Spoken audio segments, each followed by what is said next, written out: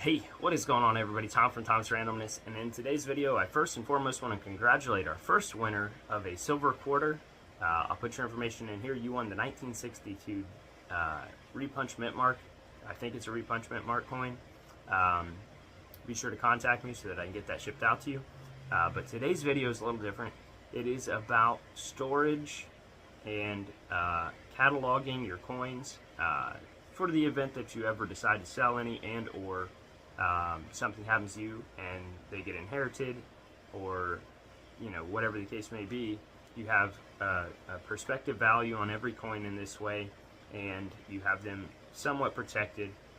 These coins, I would say, are not necessarily worth getting certified, but they all have a numismatic value beyond just the silver composition, and having some form of value on them gives you an idea of what your collection is worth. But also, if something happens to you, your loved ones won't just take these and get bottom dollar from wherever they sell them or whatever. So I hope you'll find this video to be somewhat valuable and entertaining. But I picked up these at the Hobby Lobby. I think these are great. I know you can get them cheaper from different online retailers, but I like these ones because they're hard plastic, and for me it really helps me organize my coin collection. So basically, in this one I have only silver dollars, and I started this year off with the goal of getting 100 Morgan silver dollars. I am a long way from it, and I don't think I'm going to get there because, if you're like me, you live on a budget, and I can only get so many every month, and that number is not adding up to 100 with what I have and what I want to get to. But I'm going to try. We'll see how I do, and maybe I'll get a bonus or something and be able to do it. But anyway, this is the only non-90% silver dollar in this holder. It's a bicentennial silver Ike proof. And the reason that this one is important is because I actually got this. I picked this up at my local coin store, and I saw it, and I was just like, that is an incredible example of that coin. Y'all already know I love the Ikes and the proof Ikes, and I have a lot in proof 69, thanks to one of you, and thanks to the fact that I've always loved them, and I have a few of them. But this one I think is definitely that. I think it's a proof 69 all day. It literally doubles the value of this coin if it isn't a proof 69 holder. However, it's not worth spending the money to get it graded, so probably won't. I would love to, but probably won't get that one certified. But in here next is the piece dollars that I have. I only have a few piece dollars in total. I've got this 1922 uncirculated example. It's a 1922, which makes it very common. It's not from Denver or San Francisco or anything. It's just a 1922.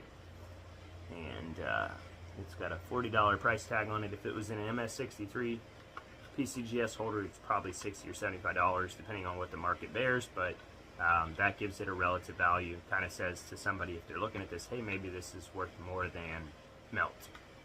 So it's just, again, it's a way to kind of protect yourself, but also anybody that would inherit your coin collection. They'll have a relative value associated with each of these coins, so that they know they're worth more than $15 or $10 or $1 face value. So anyway, next up we have a 28 piece dollar here.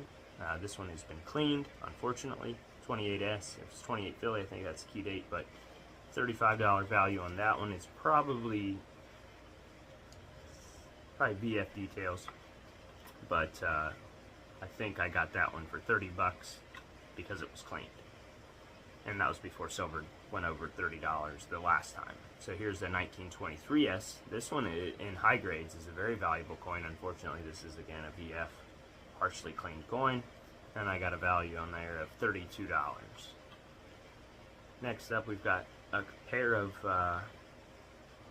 AU/uncirculated 1921s. This is everybody's it's the most popular but least favorite, I think, by Morgan collectors. I just kept these two so I'd have an example. Just got to get an S in this similar grade, and I'll be happy and content. There you go. I think I got 35 bucks on those. Yeah, which is pretty fair, I think. Then I have a 1904S. This one I think has been cleaned. However, it doesn't have a rough cleaning or any hairlines. It's just somebody probably dipped it at some point. 1904S, and I think the price tag on this one was $38, and I changed it to $35 just because of the conditional grade. Got a 1901S that I think I actually paid that for. I just liked this coin. It looked original. Very, very nice. But I'm not going to bore you through all these. I'll pull out something cool here real quick. Picked up a really good one here not too long ago. Got a good deal on it. It's not a high value coin, unfortunately. It's common date, but it's a beautiful coin. I want to show it off. Here's one that's funny. This has obviously been altered. It's a beautiful coin though, nonetheless. Somebody did a good job toning it, but it's obviously been artificially toned, and it was most likely cleaned before that. But I have these all in date range, so they're all from newest to oldest in here to keep them organized, and also to keep, oh, here's one that's got some value to it. Here's a nice little coin with some value. 92cc. Hard to see it, I'm sorry for the camera angle there. Nice little coin. We got 92S right behind it. That's another value coin. Not a high value, but another valuable coin. Original, dark toner.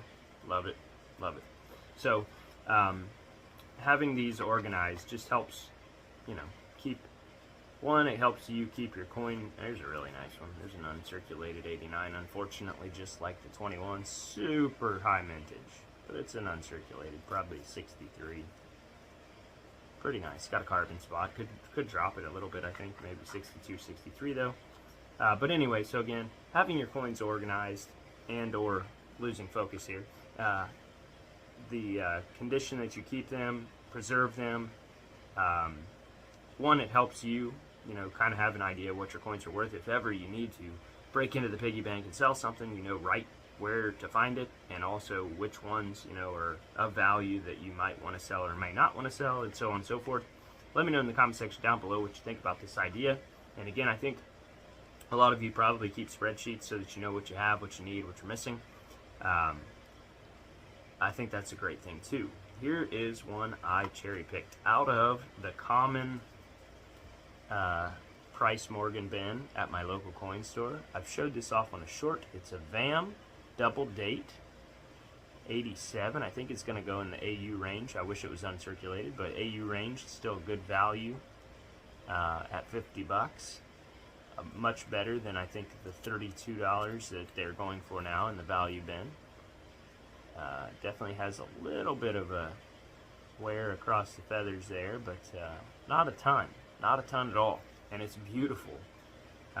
I love Morgan dollars, and I know many of you do as well. But let me pull this nice here 840 out. This is the one I wanted to show off anyway. I have only 3 cc's, so there's not a ton of value in here aside from, you know, the numismatic value. But this is one of my favorite coins in my collection now.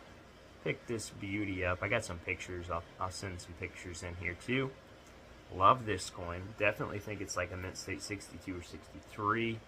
The toning on it though, I think that's where all the value is on this. I think I paid 50 for it. I think it's between 65 and 70 in mint state condition. Common date, but really beautiful coin. And I'll put pictures in because I think the pictures, or the camera doesn't do it justice. But again, let me know in the comment section down below what you think about this, and if you want to win a very poor handled, very poorly handled Barber quarter, all you have to do is be one of the first 10 commenters or first 15 commenters, depending on when I draw it. I'll draw it, and you'll get a free piece of silver, because I do appreciate each and every single one of you subscribing and watching and just being involved in being active in the comment section. I just wanted to make this video today because I actually spent the time, got all this stuff put away properly, and also just share how I collect and how I, you know, store my coins with you all. And I'll open up this other box real quick to kind of show you one more thing I got here. So this is everything under $1 size that I have. There's really nothing in here of significant value except for a 20-cent piece, I believe. I don't know where it's at in here, but I ain't gonna pull it out. But yeah, here's everything under $1. So you've got Barber dimes. I've got 1955 double die. It's the weak double die, poor man's double die. So it's only worth $15. Got a 20-cent piece in here. I've got all the way up to the cap busts in the, what is this? Oh, these are, actually there's a separator. So then I got foreign coins in the very back here with the separator. But yeah, so the reason that I did that is to kind of just have some organization for how I catalog.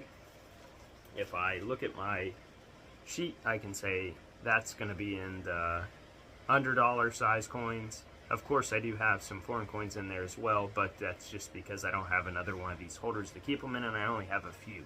So let me know in the comment section down below what you think about this way to store and or catalog your coins, so that you have an idea what they're worth, but also in case something ever does happen and somebody else inherits them.